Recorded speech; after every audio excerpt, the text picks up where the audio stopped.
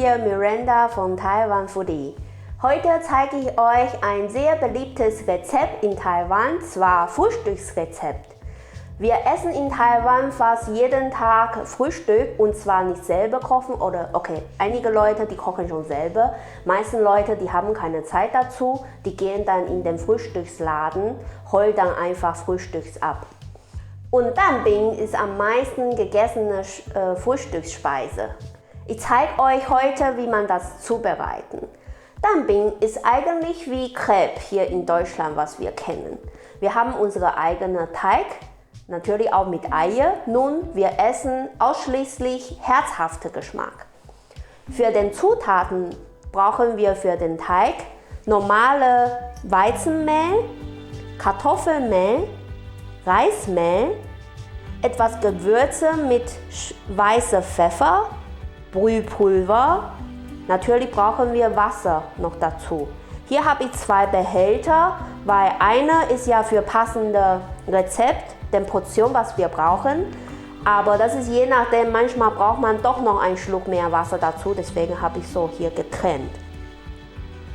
Und dann brauchen wir für Danbing immer noch Eier und Zwiebellauch. Bis hier, die sind Zutaten, alle Zutaten, was man auf jeden Fall benötigen für ein Danbing. Danach kann man natürlich noch besser machen für den Geschmack. Für mich persönlich, ich esse sehr gerne Danbing mit extra Scheibe Käse und Bacon dazu. Das ist hier optional, wenn ihr nicht möchtet, muss ihr nicht reintun. Und natürlich hier für die Soße machen wir auch eine passende Soße dazu. Das zeige ich euch auch nachher, wie das geht. So, jetzt machen wir den Teig. Erster Schritt, lassen wir ein bisschen Salz in den Zwiebellauch reintun. Das erlaubt dann Zwiebellauch ein bisschen schwitzen und zwar einweichen. Das kann man nachher besser bearbeiten. Dann zur Seite tun, wir mischen jetzt mal den Teig. Erstmal Weizenmehl, Kartoffelmehl, Reismehl, Gewürze dazu und Wasser rein.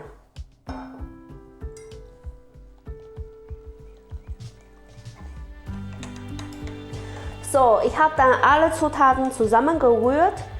Aber ich sehe ja hier, das ist noch tick zu dick. Man sieht ja hier den Konsistenz. Und jetzt muss man mal aufpassen, wenn man zusätzliche Wasser reintun, nicht so viel, weil ansonsten ist dann wieder falsch. Also ich mache erstmal wirklich nur schluckweise und dann rühre ich. Jetzt diese Konsistenz ist, was ich haben möchte. Nicht zu dick, aber auch nicht zu flüssig. So kann man nachher besser braten. Jetzt machen wir erstmal die Soße. Nimm mal einfach den Kartoffelmehl in einen Behälter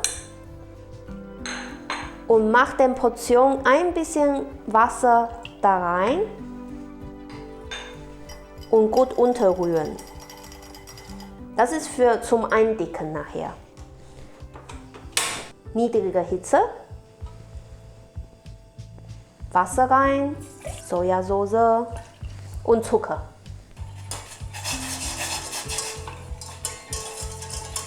Rühren bis Zucker alle weg ist und sobald das leicht kocht, dann kippe ich dann den Kartoffelmehlwasser rein. Die Soße fängt an leicht zu kochen. Jetzt kann man noch gut unterrühren diese Kartoffelmehl und Wasser und jetzt rein tun.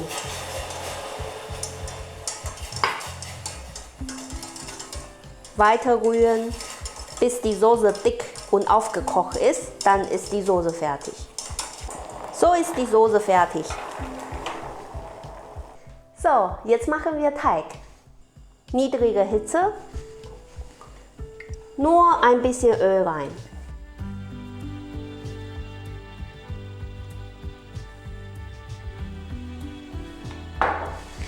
Und dann nimmt man eine Schabe,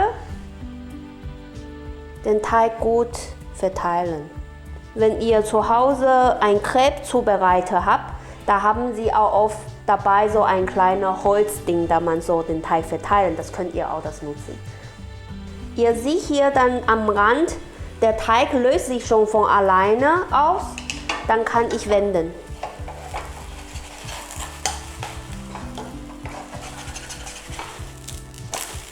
Jetzt ist fertig. Wenn man die Blase sehen, dann kann man rausholen und dann auf so eine Gitter machen. Weiter den zweiten.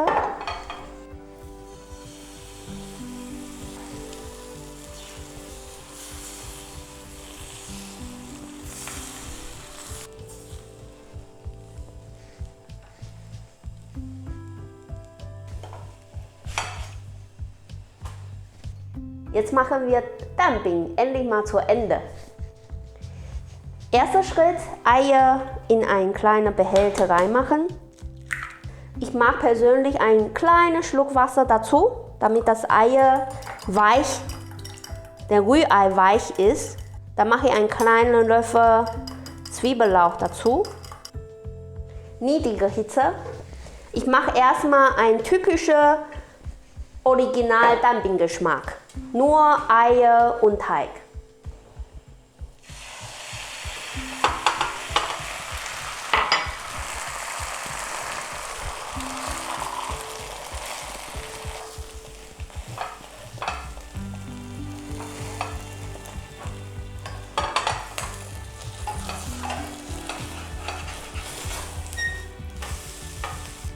Wenn die beiden Seiten gut sind, dann braucht ihr so 2 Pfannenlöffel oder Pfannenwände. Dann macht man die zusammenrollen. So, jetzt sind die gut. Macht die zusammenrollen.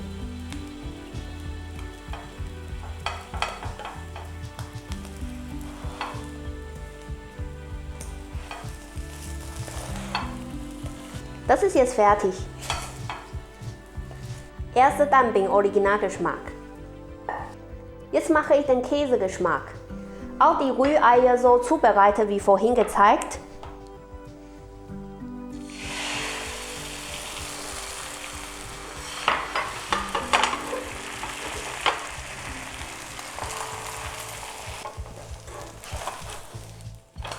Dann nimm mal eine Scheibe Käse, halbieren und so länglich verteilen.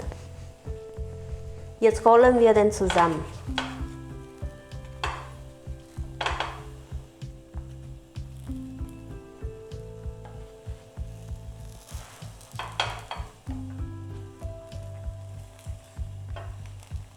So, jetzt machen wir Bacon und Käsegeschmack. Für Bacon und Käse-Dumpling muss man erst Bacon braten. Nur ein paar Tropfen Öl.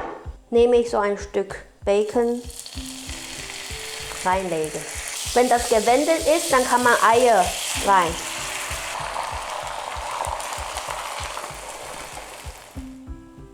So, jetzt rollen wir und achte, dass der Bacon muss länglich bleiben und wir rollen so, dass der Bacon nachher auch für jedes kleine Stück immer was dabei hat. So ist dann Bacon-Käse-Dumpling auch fertig. So, wir haben alle unterschiedliche Geschmack vom Dumpling gemacht. Jetzt können wir endlich mal servieren.